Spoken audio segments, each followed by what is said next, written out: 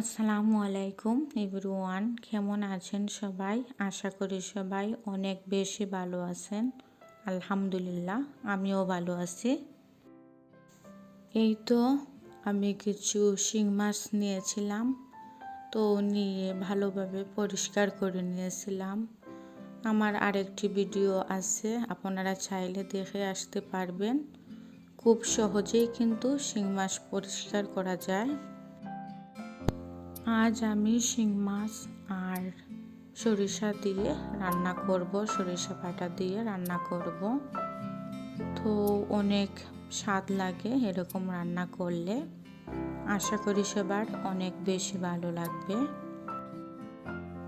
আমি মানুষগুলোকে অনেক কাছ থেকে দেখেছি। মানুষগুলো আসলে কাছে সুন্দর নয়, ওনাদেরকে কিন্তু দূর থেকে ভীষণ সুন্দর দেখা যায়। খারাপ থাকি কোনো অসুবিধা নেই, কিন্তু কারো খারাপ কখনো আমি চাই না। কিছু কিছু সময় মুখ বন্ধ করে মাথা নত করতে হয়, এর অর্থ পরাজিত নয়, পরিণত। পৃথিবীতে অনেক মেয়েই আছে স্বামীর সংসার ভালো লাগে না, কিছু স্বামীর ব্যবহার ভালো লাগে না।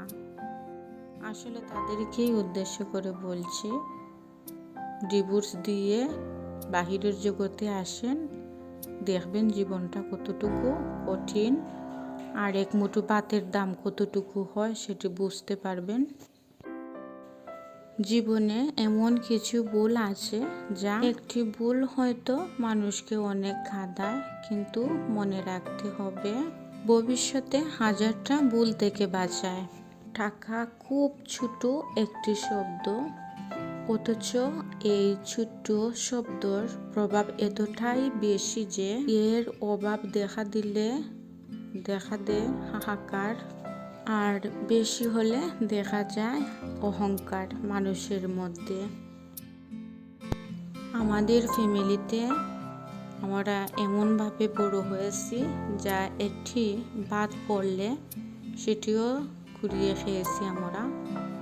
মনে মনে হাসবেন আপনারা যে এতটুকু হিসাবই, আসলে হিসাবই নয়।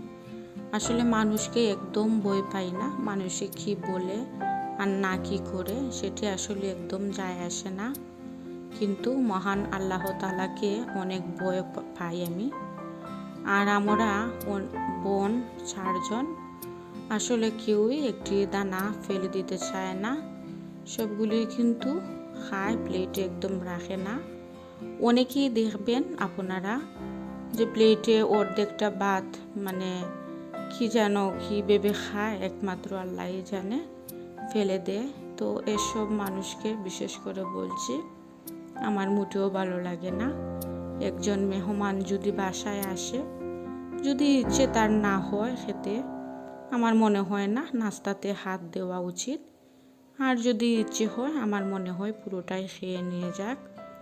তো অনেকেই দেখবেন এতটাই স্টাইল করেন, ওইগুলো কিন্তু খায় ঠিক আছে, অর্ধেকটা রেখে চলে যায়। ওই অর্ধেকটা কে খাবে শয়তানে? বেশি দূরে আর যাচ্ছি না, আমার নিজের হাজব্যান্ডের বিষয়ে কিছু কথা বলি আপনাদের সাথে।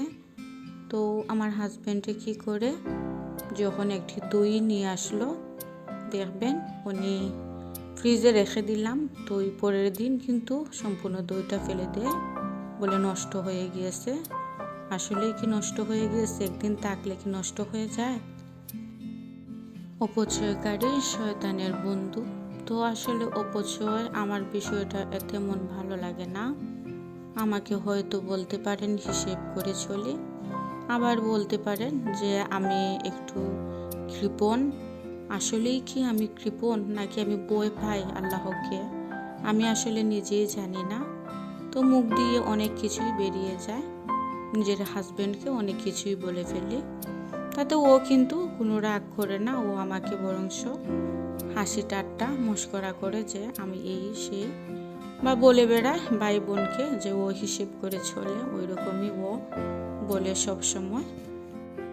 এই তো আপনাদের সাথে রান্না করে করে কথা বলতে বলতে আমার রান্না পুরোটাই কমপ্লিট হয়ে এসেছে।